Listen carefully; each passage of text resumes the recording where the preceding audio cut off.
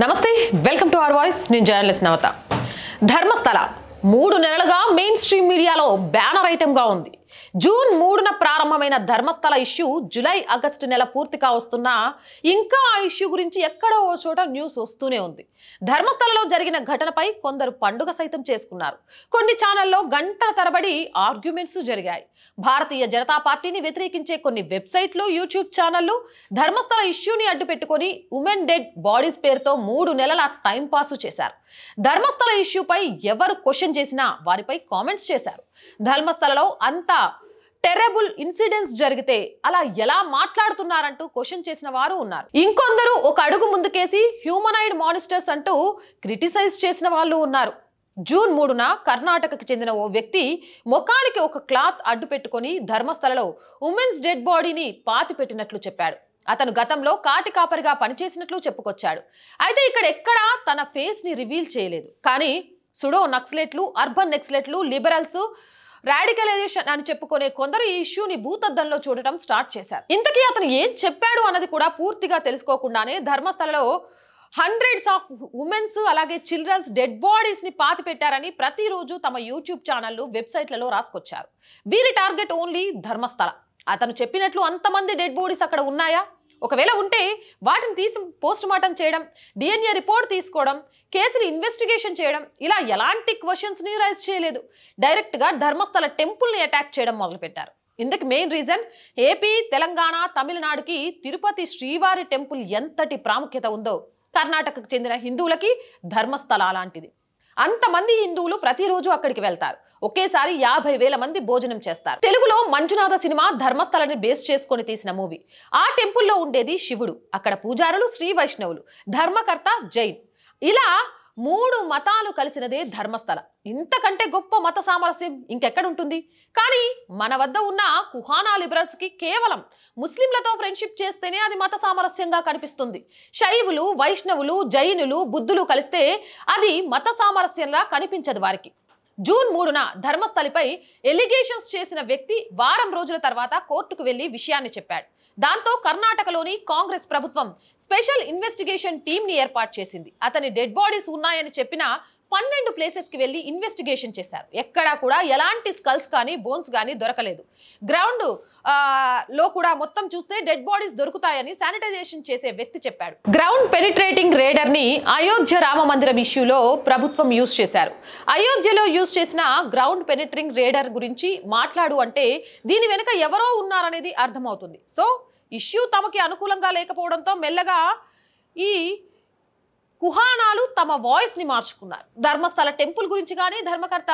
వీరేంద్ర హెగ్డే గురించి కానీ మాట్లాడకుండా అతని సోదరుడు కుమారుడు గురించి మాట్లాడటం స్టార్ట్ చేశారు వాళ్ళిద్దరూ విలన్లు వాళ్ళే ఈ మర్డర్లు చేయించి ఉంటారని మరో ఆర్గ్యుమెంట్ ని తీసుకొచ్చారు ఇంతకీ ఇవన్నీ ఎప్పుడు జరిగాయంటే 1995 నుంచి 2014 మధ్య జరిగాయని శానిటైజేషన్ వర్కర్ చెప్పారు కర్ణాటకలో 2014 తర్వాత బీజేపీ గవర్నమెంట్ వచ్చింది కాంగ్రెస్ గవర్నమెంట్ వచ్చింది కానీ అప్పుడెప్పుడు ఈ ఇష్యూ గురించి మాట్లాడలేదు కానీ ఇప్పుడే ఎందుకు స్పెషల్ ఇన్వెస్టిగేషన్ టీం 12 ప్లేస్లలో వెతికితే ఒక్క స్కల్ దొరికింది 2 ఆసుపత్రులకు పంపిస్తే 2 చోట్ల కూడా అది మేల్ స్కల్ అని ప్రూవ్ అయింది ఉమెన్ ఆర్ చిల్డ్రన్ది కాదు గ్రౌండ్ పెనిట్రేటింగ్ రాడర్ తో చూడమని కోరితే దానితోనే ఇన్వెస్టిగేషన్ చేశారు 16 మీటర్లు తవ్వాలని చెప్తే 16 మీటర్ల అడుగులు వెతికారు అక్కడ కూడా ఏమీ దొరకలేదు శానిటైజేషన్ వర్కర్ ని ఎవరో ట్యూటర్ చేస్తున్నారు కాకుంటే మరీ 16 మీటర్లని ఓ శానిటైజేషన్ వర్కర్ ఎలా చెప్పగలుగుతాడు కొన్ని చోట్ల బోన్స్ దొరికినా అవి పాతి పెట్టినవి కాదు నేలపై దొరికినవి అవి కూడా ఒక మేల్ కి సంబంధించినవే దానిపైన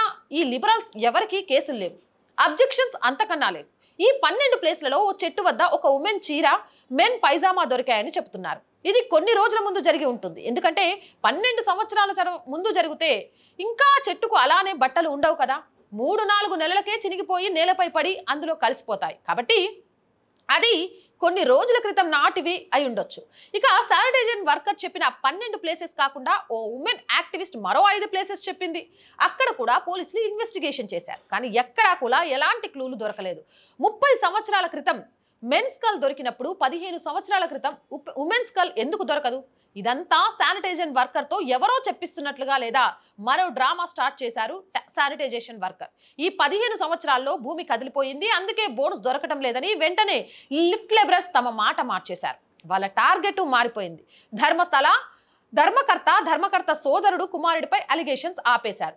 అలాగే శానిటైజేషన్ వర్కర్ ఒక సంఘానికి సంబంధించిన వ్యక్తిని ప్రచారం చేయడం స్టార్ట్ చేశారు. ఇలా ఈ లెఫ్ట్ లిబరల్స్ ఎలా భుజాన మోసాయి, వీళ్ళకు వెంటనే స్మైల్ వచ్చేస్తుంది కదా. మరి ఈ శానిటైజర్ వర్కర్ కి అలాగే వాళ్ళు చెప్తున్నట్టుగా దేనికి సంబంధం ఉంది అనే విషయాన్ని పక్కన పెట్టేస్తే వాస్తవానికి ఓ ఫిక్షన్ స్టోరీని బిల్డప్ చేసే ప్రయత్నం చేశారు. దాంతో చలిమంట కాచుకుందామని ప్లాన్ చేశారు. కానీ ఏం చేస్తాం, అది కాస్త బెడ్స్ కొట్టింది.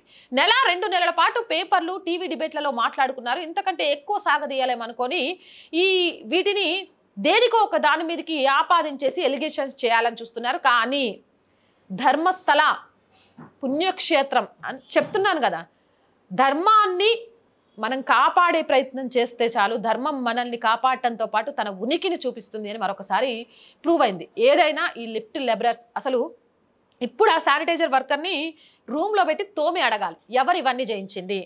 మరి ఈ విషయంలో అక్కడ కర్ణాటక కాంగ్రెస్ అంటే అభియోగాలు మోపంగానే సిట్టునేసి తవ్వకాలు చేసింది, ఇవన్నీ బాగానే ఉన్నాయి.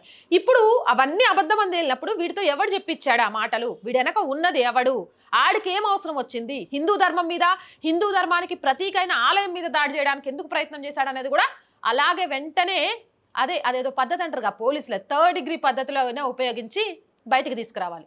ఆ దిశగా కూడా అక్కడ కర్ణాటకలోని సిద్ధరామయ్య కాంగ్రెస్ ప్రభుత్వం అడుగులు ముందుకు వేయాలి. లేదంటే హిందువులు నోరు మూసుకొని ఊరుకోకండి.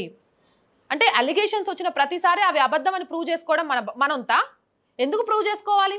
ఎవడో ఒకడు గాలిన పోయే దాడికి పోయే దానయ్య వచ్చి చెప్తే ఒక మసీదును తవ్వే, ఒక చర్చిని తవ్వే ఇలా చేయగలిగే వాళ్ళ? ఇలానే ఛానల్స్ అన్నీ కూడా డిబేట్లు పెట్టగలిగేవా? ఇంకొకసారి ఇలాంటి పని చేయాలి అంటే భయపడేగా విధంగా ఆ శానిటైజర్ వర్కర్తో ఎవరు ఇవన్నీ చేయించారనే దిశగా సీరియస్ దర్యాప్తు చేసి వాళ్లకు తగిన కఠిన శిక్షలు విధించాలి. అవునంటారా కాదంటారా? మీ అభిప్రాయం ఏంటి? కామెంట్ సెక్షన్లో తెలియజేయండి. మోర్ వీడియోస్ కోసం ఆర్ వాయిస్ ఛానల్ని వెంటనే సబ్స్క్రైబ్ చేయండి. చాలా మంది వీడియోస్ చూస్తున్నారు, సబ్స్క్రైబ్ చేయడం మర్చిపోతున్నారు. ఆర్ వాయిస్ పొలిటికల్ రెండు కూడా మన ఛానల్సే అండి. So please subscribe our channels. మీరు చేసే సబ్స్క్రిప్షనే మన ఛానల్కి కొండంత బలం. అలాగే ప్రతి వీడియోని లైక్ చేయండి, షేర్ చేయండి. దాని ద్వారా మన వీడియోస్ వైరల్గా మారతాయి. కొంతకాలం ఆర్ వాయిస్కి ఆర్థికంగా మద్దతును అందించండి. ఆర్థికంగా సపోర్ట్ చేయాలంటే సబ్స్క్రిప్షన్ పక్కనే జాయిన్ అనే బటన్ ఉంది. 1 to 5 లెవెల్స్ ఉన్నాయి. ఏదో ఒక లెవెల్లో సపోర్ట్ చేయండి. లేదా స్క్రీన్ మీద గూగుల్ పే, ఫోన్పేతో పాటు అకౌంట్ డీటెయిల్స్ కూడా ఇచ్చాము. మీకు తోచిన సహాయాన్ని అందించవచ్చు. వ్యాపార ప్రకటనల కోసం 8328500576 నెంబర్ని సంప్రదించండి. జై హింద్, జై భారత్.